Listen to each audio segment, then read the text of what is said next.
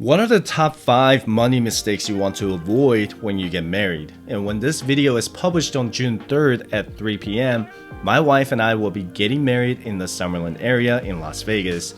I'm gonna work on a video on how much money we spend on our wedding as millennials, so be sure to subscribe and check out the video in the future. And I thought this was a great opportunity for me to address some of the common money mistakes couples make during the first year of their marriage. And my wife and I already have a budget system in place, and I enjoy talking about our savings and investment goals with her. If you're brand new to my channel, my name is Sai and welcome. My wife and I are on our fat fire journey, and our retirement number is $2.8 million to achieve financial independence and retire early by age 45. So in this video, I'm gonna go over some of the unique mistakes couples make during the first year of their marriage. Whether you decide to combine your money to keep your money separately, I think you will find this video very helpful. I do, however, always recommend that you combine your money so that you guys are always on the same page financially and retire early together. Mistake number 1 is not saving for a honeymoon, but instead using a credit card to pay for your vacation.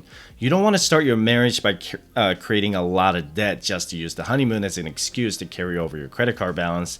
I am all about using credit cards to earn points, and we paid $88 for the hotel we're staying at for our wedding and paid the rest with our points. We only pay for the resort fees for this luxury hotel in Las Vegas because we saved so many points for using our Marriott credit card. And I'll talk more about that in our future millennial wedding video. And credit cards are only worth it if you don't carry your credit card balance month over month. If you have a history of carrying over your credit card balance or a spending problem, you should not use credit cards to pay for your honeymoon or anything else. My wife and I are not taking our honeymoon for another year, and I encourage you to do the same if you can't afford to do both a wedding and a honeymoon in the same year. The main reason for us is that we're already spending some money on our wedding, and we have other travels planned out for the rest of the year. We also have investment goals that we need to meet, like maxing out our Roth IRAs and HSAs, so we're prioritizing those over our honeymoon. And we have a separate savings account designated just for travel, and we call that our travel fund. And we don't invest any of this money because this is the money we're going to spend in the short term. And what we do is allocate some of our income directly into our travel fund. So every paycheck, we automatically transfer some of our income directly to that savings account. And let me give you some examples. We got married today on June 3rd, and let's say we decided to take a honeymoon a year from now. By saving $100 every 2 weeks for a year, that's $2,600 saved a year from now, right? If we save, say $200, then that's $5,200. If we want to take an overseas trip, then we might want to save more, probably more like $500 every 2 weeks, and that would give us $13,000 saved. If you don't have that much wiggle room in your budget to save that much money in a year, then have a target timeline to save in 18 months or 2 years or maybe even 3 years. There's nothing wrong with you taking your honeymoon a year or 2 years after you get married. There are no laws or rules that say you have to take a honeymoon right after you get married. The point is to have a realistic timeline and goals to save for a honeymoon. And would you pay 20 or 25% interest rate just to go on a honeymoon? I wouldn't. The second mistake is not having a combined investment strategy for your early retirement. Now, I want you to keep in mind that both of you aren't necessarily going to be on the same page right away. In fact, your retirement strategy might not be the same as your spouse's investment strategy. So the most difficult part is when one spouse is probably more knowledgeable about the stock market or real estate, and the other one might not be as knowledgeable. And if you're the smart one with investing, don't be condescending and teach your spouse how you have been investing. Don't laugh at your spouse and say something like, "Ha ha ha, why don't you invest in this? Everybody knows this." If you have a difficult time putting a combined investment strategy together, then I would encourage you to find a financial coach like me that can help you navigate through your financial independence journey. And you can schedule a free 30-minute financial coaching session by visiting firesidechat.com/coaching. When I coach clients that are married, I always coach the couples together. And because I don't ever want one person to fall behind and not be on the same page.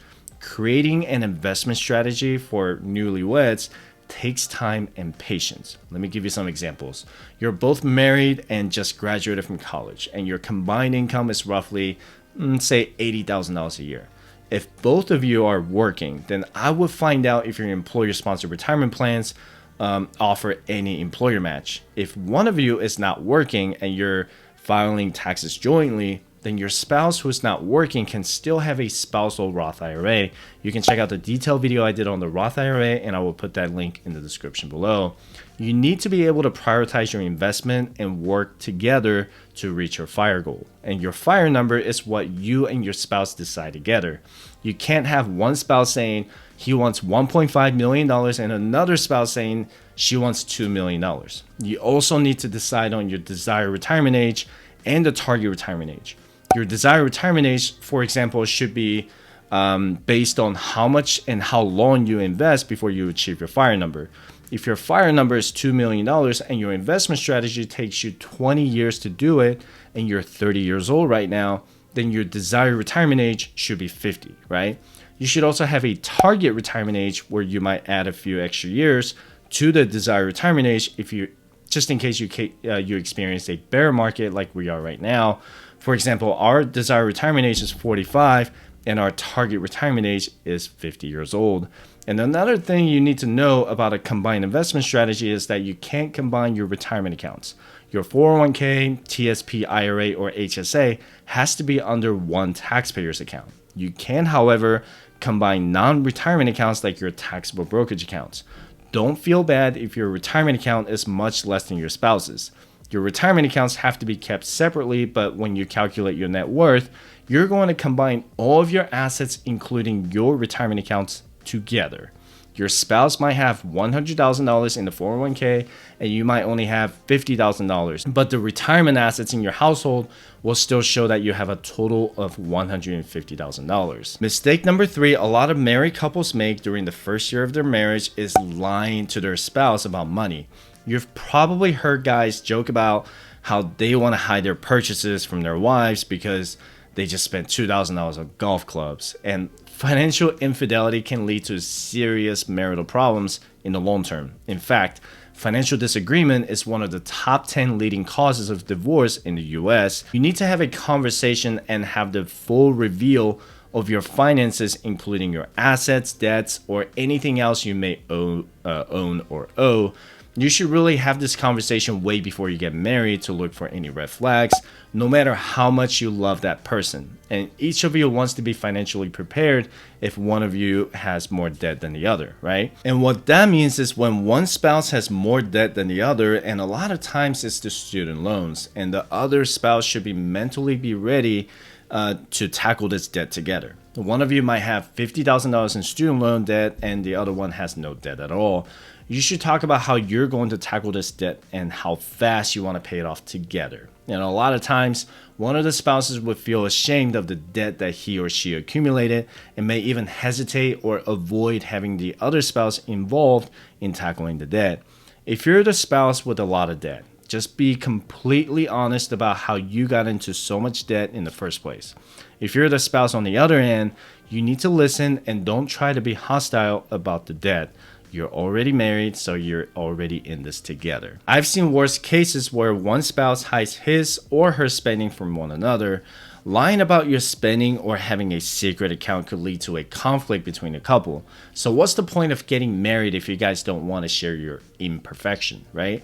If one of you is in financial trouble, it should take both of you to want to tackle the problem and solve it together. The only time I advise my clients to have separate bank accounts is if one of the spouses owns a business that requires separate checking, savings, or investment accounts. If you're the type of couple who likes to surprise each other with anniversary, birthday, or Christmas gifts, then you should budget to have some of that money go into these separate accounts just for gifts. The bottom line is, don't lie to your spouse about your secret purchases or a secret checking account. If you can't get your spouse to talk about finances, then it's not a money problem. It's a marital problem because there's a bigger issue behind it. By the way, you can get our free FIRE resources by visiting firesidechat.com/contact. You can also check out the Fireside Chat shop, and I have all of my stuff on my bookshelf at firesidechat.com/shopping. And mistake number 4 is not working as a team. There's no my wife's the boss or the husband handles all the money. You and your spouse are a team who should handle finances together. My wife and I go over our budget once every 2 weeks. You should identify who is the spender and who is the saver in the marriage. If you decide to combine your bank accounts, you need to avoid judging your spouse's spending habits because that can lead to resentment, especially if one spouse makes more money than the other. Unless you're in debt, then that's a different story. You need to remember that it's not about who makes more and who makes less. Now that you're married, you have a household income. You don't have a spouse one income and a spouse two income, right? When you file taxes together, your income will be combined on the tax return. And what I would encourage you to do, and if you're in debt, is to have a family financial meeting at least once a month or twice a month. If both of you are savers, then your finances will be pretty easy to handle. You should always have a discussion about the money you're spending, regardless if you're a spender or a saver. Remember, you're not asking for permission from your wife or your husband to spend money. You're asking for a discussion. For example, if a spouse wants to purchase a $400 Dyson vacuum cleaner, both of them should have an open discussion about why and when they want to purchase it.